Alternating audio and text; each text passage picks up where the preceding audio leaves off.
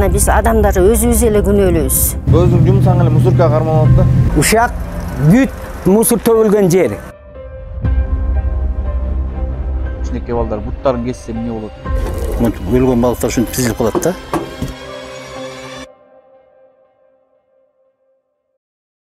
Биздин ата-бабалардан келаткан байлыкты кийинки муунга өткөрүп сактап бериш баарыбыздын милдетибиз. Биз көнүп алдык. Ушул салафан пакеттерди колдонсок жеңил, бирок анын зыяны канчалык көп экенин баарыбыз билишибиз керек. Башка мамлекеттерде Индияны ала турган болсок, ушул 5 жыл эркинен ажыратылган мыйзамдар кабыл алынган. Ирландияда, Италияда дагы ушул салафан пакеттерди колдонууга дагы чоң иштерди жасашкан. Мына мен ушул жакта жашаганым 40 жыл болду. Мусорду алып кетип эле ар бир 3-чү күнү тазалыктан алып кетишет. Аларды аракет кылып, анан керек болсо ошо акча төлөөлөр келбей, ушинтип талаага мусор таштагандар толтурат да. Биз Көкмөнөк айыл аймагы тарабынан биз Балыкчы шаарынын мэриясына көп жылдык мөөнөткө 15,5 гектар жерди ушул шаардын таштааныларын төккөнгө полигон кылып бергенбиз. 23 жылдын башы менен бийиктиги 6 метр, 8 метрге чейин чоң сеткаларды орнотту. Анан өзүңүздөргө маалым болгондой, бул биздин аймакта улаан санташ деген шамалдар болот. Бул мусор таштаандылар, салафандар асманга чейин бир 30-40 метрге чейин көтөрүлөт дагы. Ушул Сүкөлдү көздөй, анан биздин ушул жайыттарга, жакын калыска жайыттын баарына тең ушул учуп атат да. Негизги туристтик объект болгондуктан, ушул жылга көлбүскө ушу 1 миллиондун тегерегинде туристтер келет экен да. Жана таштанды маселеси дагы өзүнчө орчундуу роль ойнойт ушул табиятта. Анткени себеби айта кетсек, акыркы жылдар ушул пластикти көп колдонуу менен катуу таштандыларды морфологиялык составын карасак, ошондо ушул пластик отходдору болжол менен бир 20%-тин түшөт экен да. Президентибиз Садыр Жапаров олуттуу басым жасап, бүгүнкү күндө ысык көл мурдагыдан да коргоого жана аяр мамилеге кылууга муктаж экендигин белгилеп, кечиктирилгис чараларды көрүүгө тапшырма койду.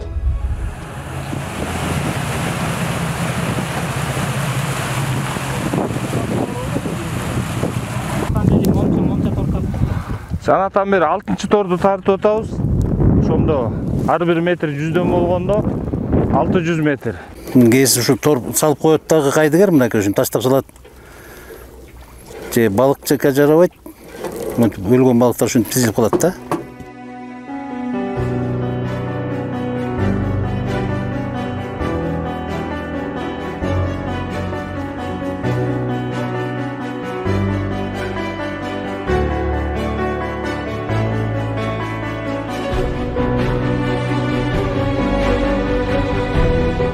Мыйзамсыз колдонулган синтетикалык торлорго атайын Кыргыз Республикасынын укук бузуулар жөнүндө кодексинде атайын беренелер менен айыппулдар каралган. Өзүңүздөр көргөндөй азыр эски көптөн берки калып калган синтетикалык торду чыгардык. Ошонун ичинде өлүп калган жанагы сасып жагымсыз чыкты, балыктар да чыкты.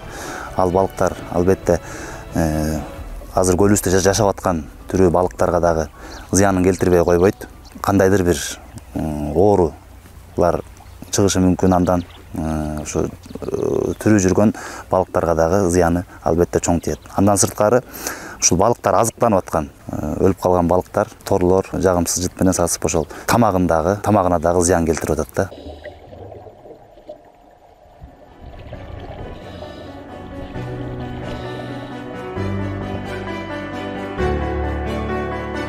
Көлдүн үстүнөн билинбейт экен, мусоркачы көлдүн астынан кадимкидей жаман болосун да суунун астына. Өзүң жумсаң эле мусорка кармалат да.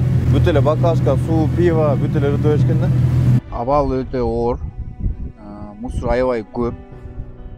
Көбүнчөсү эле бакалашка, пакеттер көп аябай.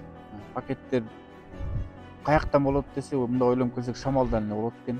Сууга киргенден кийин кайра чыгып, кайра кирип негизи болбойт да андайчы. Бир кирген соң 4-5 мешок толтурабыз. Парашют бар, парашютка үйлөп, ийилеп, өйдө көтөрүп чыгабыз. Азыр мисалы жарым саатка иш болду, 10 мешок чыгардык.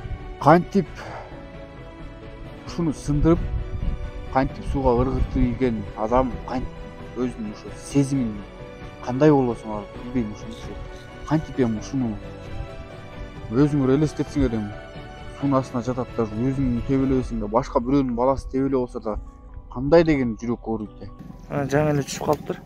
Тирүү экен дагы эле.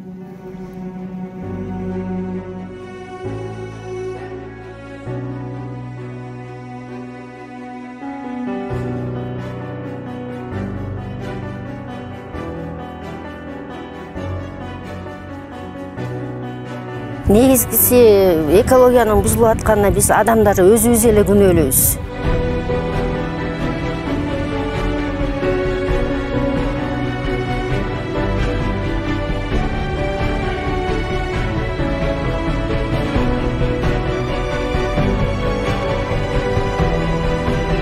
Чыксаң, мына жолдон карап өтсөң, чийдин баштарында, бадалдардын баштарында салафандар мондай жабышып турат да, кишинин жүрөгү ооруйт көрүпчү.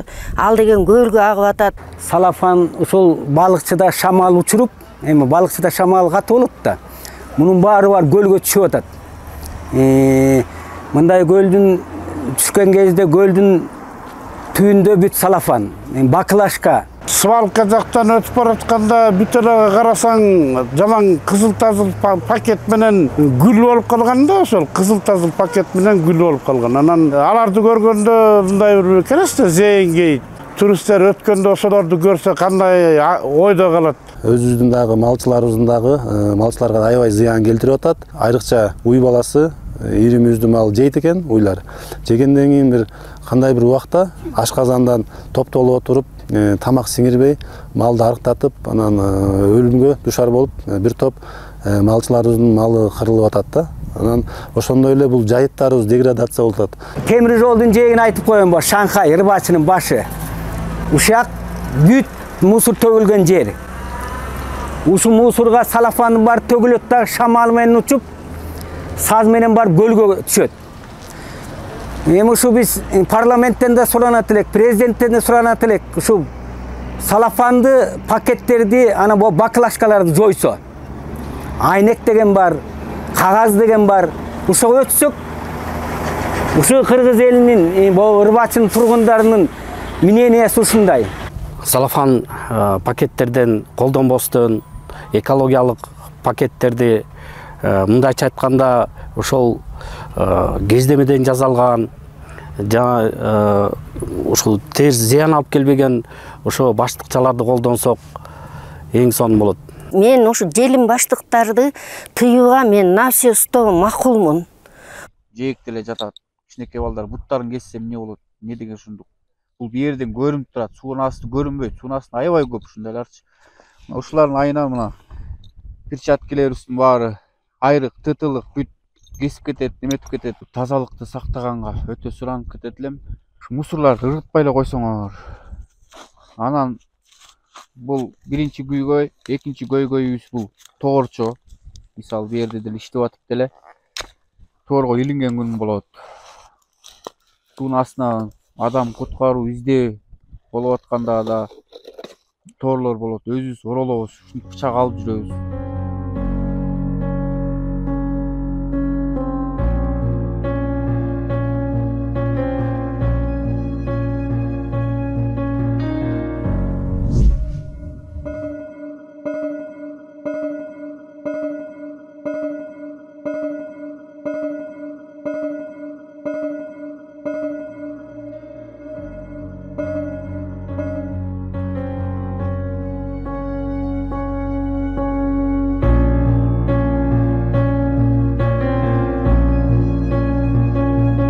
Көлдүн деңгээлинин акырындык менен түшүшү байкалууда.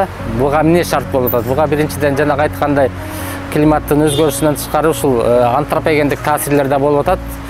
Мунун ичинен белгилей кетсек, негизи сууну керектөөдө ушул сууну эффективдүү пайдалануу методдорун ушу көп колдонбогондуктан суунун керектөөсү ошо көбөйүшү менен көлдү суу менен камсыздаган өзөн суулардын көлөмүнүн азайышынан ошо көлдүн деңгээлине таасири тийип атат десек да болот да.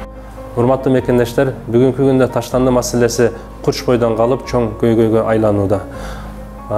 Таштанды маселесин чечүүдө тез арада тийиштүү чараларды көрүп, бул маселени чечпесек, эртеңки күнү кеч болуп экологиябызга чоң зыян алып келүүдө. Андыктан мен сиздерди баарыңыздарды чакырат элем, ушул маселеге көңүл буруп, Кыргызстаныбыздын келечегине жаңы муундарга таза Кыргызстанды өткөрүп берүүнү каалайт элем.